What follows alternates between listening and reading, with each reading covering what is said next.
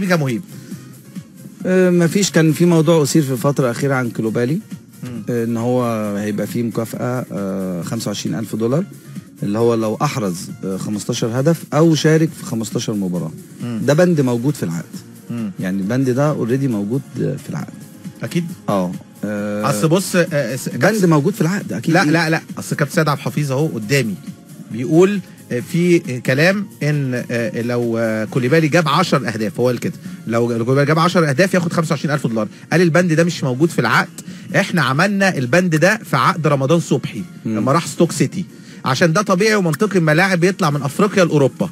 لكن الطبيعي اللي مش طبيعي ان انا اجيب لاعب بيلعب في اوروبا يجي لو جاب 10 تجوان في الدوري المصري ياخد فلوس. لا يعني ده عادي. ما هو ممكن برضو يعني مش لازم كابتن سيد عبد الحفيظ يفصح عن كل شيء.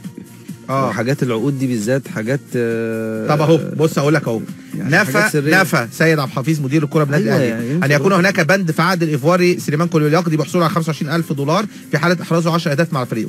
وقال عبد الحفيظ انه على الرغم من ان الاهلي فعل ذلك في عقده مع ستوك سيتي اثناء بيع رمضان صبحي، الا ان الثقافه والتعاقدات في مصر غير معتاده على وضع بند بهذا الشكل، مضيفا ان الجهاز الفني راضي عن اداء كوليبالي حتى الان لكنه ينتظر منه استمراريه وثبات في الاداء. كما نفى مدير الكره ما يتداول بشان نيه الجهاز الفني اعاره اللاعب عمرو بركات بعد نهايه الموسم، مؤكدا ان هذا الكلام سابق لاوانه، من الممكن ان تتغير المعطيات والظروف ويختتم بركات الموسم اساسيا. وقال مدير الكره بالاهلي في تصريحات خاصه لبرنامج من الاخر مع زميل محمد شبان على الراديو ان مؤمن زكريا لم يطلب الاعاره للخليج، مؤكدا ان كل هذه الاخبار شائعات لا اساس لها من الصحه. هترجم لك بقى الحوار ده. اتفضل يا باشا. اول حاجه، في معلومه عندي اكيده ان في بند في عقد كولوبالي 15 مباراه او 15 هدف $25,000.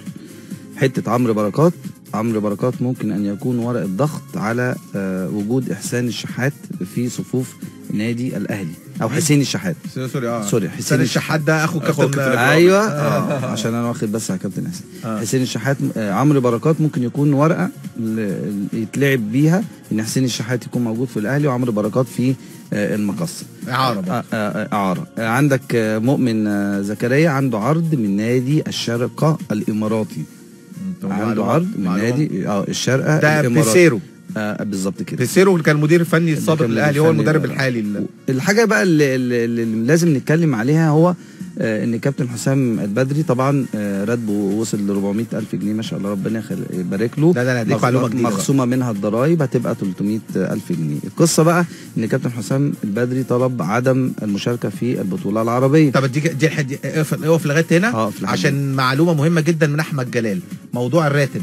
هو كابتن حسام البدري راتبه لما يرتفع حتى الان $400,000. كابتن حسام البدري ضغط بقوه على مجلس الاداره عشان راتبه يكون $600,000 صافيه، وبيناور ببعض العروض الجايه له من الخليج وهقدمها للنادي الاهلي عشان يقول لهم ان انا راجل مطلوب، خاصه ان هو قال من يومين ان انا راتبي في سنه يوازي راتب ما يكملش راتب الشهر من مارتن اللي هو كان قبليه على طول. ده نقطه رقم واحد. رقم اتنين، في يعني حرب خفيه ما بين مجلس اداره النادي الاهلي وكابتن حسام البدري بشان هذا الراتب، خاصه وان كابتن حسام البدري مرهون استمراره في النادي الاهلي بالاستمرار في البطوله الافريقيه ما بعد دور المجموعات. اذا خرج كابتن حسام البدري هيمشي من النادي الاهلي حتى لو كسب الدوري. اذا استمر هيضغط على مجلس الاداره وهيتنفذ كلامه وهياخد $600,000 زي ما هو طلب. النقطه الثانيه ان كابتن حسام البدري فور اعلان القرعه النهارده هيبتدي يتكلم ان هو هينسحب من البطوله العربيه علشان يقدر يكمل في البطوله الافريقيه، والكلام ده من الناس اللي بيفوضها كابتن حسام البدري واللي جايبه له عقود من بره. تمام اتفضل. طيب خلينا واحده عشان في بيبقى الكلام طبعا كل الكلام كله تمام يعني في سياق واحد، لكن في حاجه مهمه جدا في مجلس اداره نادي الاهلي الا وهي الانتخابات. الانتخابات هي الشغل الشاغل اللي بيهم المهندس محمود طاهر في الفتره القادمه. كابتن محمود او المهندس محمود طاهر هيوفر لبن العصفور لحسام البدري، شرط طبعا ان هو يفوز بالبطوله الافريقيه. دي من اولويات المهندس محمود طاهر لانها موضوع انتخابي من الدرجه الاولى. عشان كده اي لعيب هيطلبه الكابتن حسام البدري، اي طلبات هيطلبها الكابتن حسام البدري هتنفذ الا المشاركه في البطوله العربيه. سيكون هناك ضغط كبير جدا من مجلس الاداره على الكابتن حسام. هو بالفعل طلب، قال لك انا مش هقدر العب في الدوري ولا العب في افريقيا ولا العب في الكاس، طلب في البطوله العربيه ولا العب في البطوله العربيه. لكن مجلس اداره النادي الاهلي لن يوافق على طلب الكابتن حسام البدري، خاصة البطولة في مصر وليها دعاية ومرتبطة بشركات راعية ومرتبطة بفلوس كتير جدا ممكن تدخل للنادي الأهلي، ومرتبطة بحاجات أمنية ومرتبطة بحاجات سياسية ومرتبطة بحاجات كتير قوي، غير إن الكابتن حسام البدري إن هو يعتذر عن البطولة العربية، لأن ليها أهمية كبيرة جدا للرياضة المصرية في الفترة القادمة. ومجلس إدارة اتحاد الكورة بيعقد عليها حاجات كتير جدا، وزارة الشباب لعودة الجماهير مرة أخرى وبداية انطلاق الرياضة في مصر. طيب على العموم رسميا العين الاماراتي يعتذر عن المشاركه في البطوله العربيه، والاتحاد الاماراتي بيرشح مكانه الوحده الاماراتي، وده اول فريق ومين اللي قال يا كابتن انسحاب؟ إيه؟ يعني الانسحاب بسبب ايه؟ بسبب ايه؟ بسبب قرار المدير الفني للنادي العين.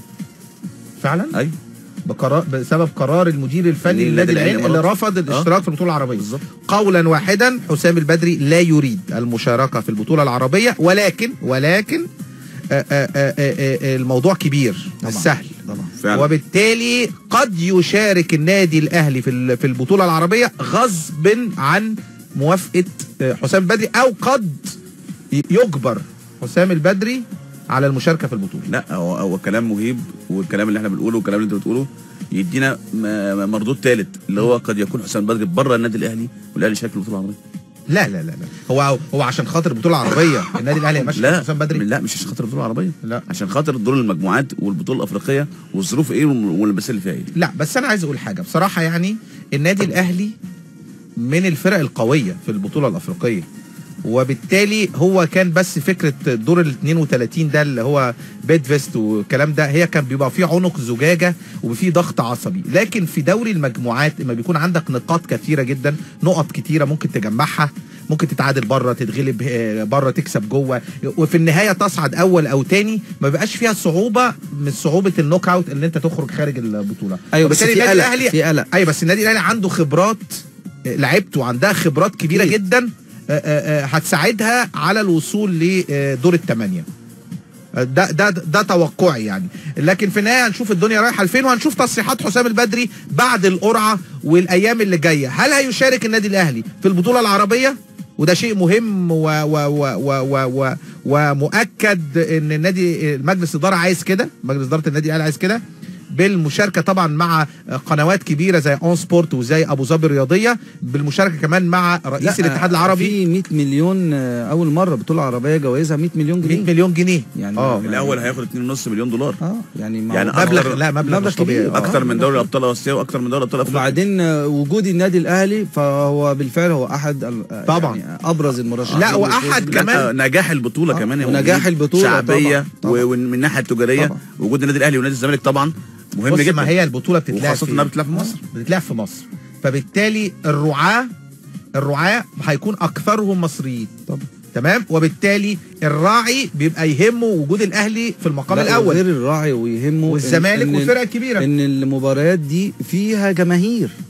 يعني هيدخل مش مباريات بدون جمهور، لا مباريات بجماهير. طيب اخبار وليد سليمان ايه يا مهيب؟ وليد مش هيلعب الماتش الجاي، عنده اصابه كده في الضمه، مع ان الماتش اتاجل. احمد حجازي برضو لن يشارك في المباراه القادمه. دول الاثنين لعيبه مش هيغامر بيهم الجهاز الفني ان يبداوا المباراه، ما زال مصابين. لا زالوا مصابين. رامي ربيعه موجود على الدكه. لان ابتدت كلام كتير قوي على رامي ربيعه، ما بيلعبش ليه، ما بيدخلش ليه.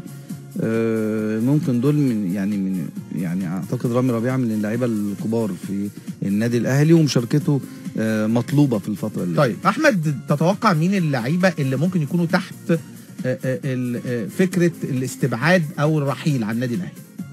لا في اكتر من اسم موجودين، يعني رغم ان الكابتن سيد عبد الحفيظ زي ما قال كده ان هو بيقول عمرو بركات مستمر، ورغم ان الكابتن حسام بدري كان معانا برضه امبارح على التليفون وقال ان هو مستمر، انما فكره ان انت ما تقيدش لعيب من دور ال 16 ودور المجموعات وتكمل البطوله من غيره زي عمرو بركات، ده بيديك المجال ان هو ممكن يمشي احتمال كبير قوي. وبدليل كمان ده ما لعبش دقيقه يعني بالظبط، يعني لغايه دلوقتي شفناش غير ماتشات وديه ومكانه مزدحم، فعمرو بركات قريب قوي ان هو يخرج. مؤمن زكريا فعلا اصبح خارج الحسابات بشكل كبير، فممكن جدا يحترف. يكون بره النادي الاهلي. اعتقد عندك صبري رحيل او حسين واحد من الاثنين بالظبط، حسين السيد او صبري رحيل. واحد منهم هيكون بره، خاصه ان علي معلول هيكمل عشان البطوله الافريقيه، بسبب البطوله الافريقيه. ودلوقتي اصبح في قصائد شعر بتقال في علي معلول بعد انه مع انه كان بره 18 من 3 4 ماتشات يعني. كان بيجي من تونس من بره. مسعد عوض برضه هيكون بره. عايز اقول لك ان احمد عادل عبد المنعم جاله عرض من نادي الزمالك ينضم الموسم المقبل، والولد كان بيفكر بجديه، لكن كابتن حسام بدري قال له لا، انت مكمل معايا في الاهلي، انت ومحمد الشناوي هتكونوا موجودين ويكونوا ركيزه اساسيه في الموسم المقبل. معلش يعني ممكن اخد بس يعني فكره ان احمد عادل عبد المنعم يكون موجود في نادي الزمالك دي بالعقل كده صعبه. اقول لك ليه؟ انا معاك انه بالعقل. اقول لك ليه احمد عادل عبد المنعم جون ثالث في الاهلي صح؟ فلو راح الزمالك هيبقى جون ثالث برضه، ما انت عندك الشناوي وجنش، وقد يكون ثاني مثلا. لكن في النهايه احمد عادل عبد المنعم اما يسعى انه يخرج من نادي كبير زي النادي الاهلي يبقى عايز يروح يلعب. مظبوط، فهمت قصدي؟ فما يروح مثلا نادي يلعب، لكن هروح طب ايه الفرق؟ ما هو انا في نادي كبير اسمه النادي الاهلي، ايه اللي هيخليني اروح احتياطي في الزمالك برضه؟ ولا انا غلطان يا مهيب؟ لا كلامك مظبوط. بس عايز اكمل حته ان مجلس اداره النادي الاهلي لن يفرط في احد او في اي حد من نجوم النادي الاهلي. يعني احمد كبار كبار، احمد فتحي مرفوض، احمد حجازي مرفوض، علي معلول كمان مرفوض. طب عماد متعب وحسام غالي؟ لا عماد متعب وحسام غالي دول قصه ثانيه. لا في كلام على فكره على بقائهم. هو لا امبارح كابتن حسام البدري اكد امبارح يقينا وقولا واحدا ان هو جدد موسم واحد هو والكابتن حسام غالي، وان هم مستمرين معاه الموسم الجاي. خلاص كده يبقى كده طالما حسام البدري قال مش عايزين يعملوا فركشه. بس يعني النادي الاهلي مش عايز يعمل، بس ما ينفعش حسام البدري يعلن رسميا التجديد ثم بعد شهرين يقول لك لا خلاص، الا بقى لو بناء على طلب حسام غالي وعماد ان هم اللي عايزين يمشوا. يعني فاهم قصدي؟ دي حاجه ثانيه. دي حاجه ثانيه، لكن لما تصريح صوت وصوره يعني موجود. طيب انا عايز اقول طالما اتكلمنا على حراسه المرمى، اسلام طارق في موقع فيتو حارس طنطا بيدخل دائره اهتمامات نادي الزمالك. وعلى فكره اسلام طارق ده حارس كويس جدا وحارس منتخب المحليين يا كابتن. بيلعب في منتخب محلي. لكن انا عايز اقول لك ان هو يعني تقريبا خلص مع المقص. خلص مع المقص فعلا. خلي بالك المقصه برضو بتعاني من حراسه المرمى يعني. صحيح. صحيح. انا عايزين بس نقول الماتشات المتبقيه للنادي الاهلي وللنادي الزمالك. قول يلا. لان دي مهمه جدا. الاهلي ناقص له الانتاج الحربي، وطبعا هيلعب الحد معاه. المباراه اللي بعدها طلائع الجيش، بعدها النصر التعدين، بعدها الشرقيه، بعدها مصر المقصه، بعدها سموحه، انبي، المصري، الزمالك. دي الماتشات المتبقيه. هو الاهلي هيكون عنده اصعب ماتشات واخر 4 ماتشات بالظبط يعني، وبالتالي هيكون حسم الدوري. حسم الدوري يعني الى حد كبير. عندك نادي الزمالك هيكون ناقص له طنطا والاسماعيلي والمقاولين، وادي دجله، الداخليه، اسوان، بتروجيت، الاتحاد والاهلي، الاتحاد السكندري والاهلي. ماتشات قويه. ده بالترتيب. طنطا على فكره بقت فرقه مش سهله. وخد بالك طنطا هتلعب في المحله وبتجيد اللعب مع الكبار بصراحه يعني. حتى ماتشين الاهلي سواء الذهاب او الاياب كانوا عاملين ماتش كويس، ومع الزمالك كانوا عاملين ماتش كويس، ومع الاسماعيلي كذلك. طيب كسب سموحه. جلال بلاش تتدخل في شؤون الاهلي بالاشاعات عشان القيعي والمنيسي هيظبطوك. طيب ماشي حاضر. كوليبالي بيقول لجلال 5 وخميسه عليا، يا ريت ما تحكمش على لاعب تاني. مش انا اللي حكمت ولا انت كابتن خالد ولا مهيب ولا اي اعلامي حكم. بالزبط. الكلام كله زي ما هنقول تاني، تصريحات كابتن حسام بدري، تصريحات الدكتور طه اسماعيل، تصريحات كابتن سيد عبد الحفيظ، هي اللي ادت الناس ايحاء ان كوليبالي وعدم لعبه فتره كبيره المأموله في النادي الاهلي. تمام، عدم لعبه فتره كبيره. طيب كمان رسائلنا يا جماعه على 1-95-0. ابعتوا لنا حالا دلوقتي، جاي لنا رسائل كتيره جدا على 1-95-0، وتليفوننا 3835315. هيكون عندنا مشاركه تليفونيه النهارده مع بعض جماهيرنا المحترمين والمستمعين المحترمين. يلا بينا نطلع لاغنيه فاصل ونرجع نكمل حوارنا في برنامجكم الكوره في ملعبك. ورجعنا لكم مرة أخرى ونروح لبعض أخبارنا السريعة على بعض المواقع. اليوم السابع كابتن سيد عبد الحفيظ قال لم نحسم بعد موقف عمرو بركات واستعادة ناصر ماهر واردة. في كلام قوي جدا جه ان ناصر ماهر لاعب بتروجيت والمعار من ناشئي النادي الاهلي مواليد 97 لبتروجيت، وهو لعيب كويس جدا جدا جدا. في كلام ان فيا ريال طلبوا لفتره معايشه بعد ما شافوا في البطوله الافريقيه اللي هي كانت بتودي الكاس عالم في شهر 5، ولكن ما حصلش نصيب طبعا منتخب كابتن معتمد جمال، وبالتالي في كلام ان النادي الاهلي هيرجعه. بس اعتقد لو في فيا ريال فعلا وفتره معايشه فعلا، اعتقد النادي الاهلي مش هيقف قدام ناصر ماهر. الموضوع اتعرض على كابتن حسين البدري ووفقا اللي قاله امبارح، وقال ان انا ما عنديش مشكله خالص، ناصر ماهر ممكن يحترف، لكن في نادي طرف يا جماعه ما اقدرش اتجاهله، هو نادي بتروجيت. ان هو دلوقتي على قوه نادي بتروجيت، فلازم نادي بتروجيت يكون له قرار واضح من الكلام ان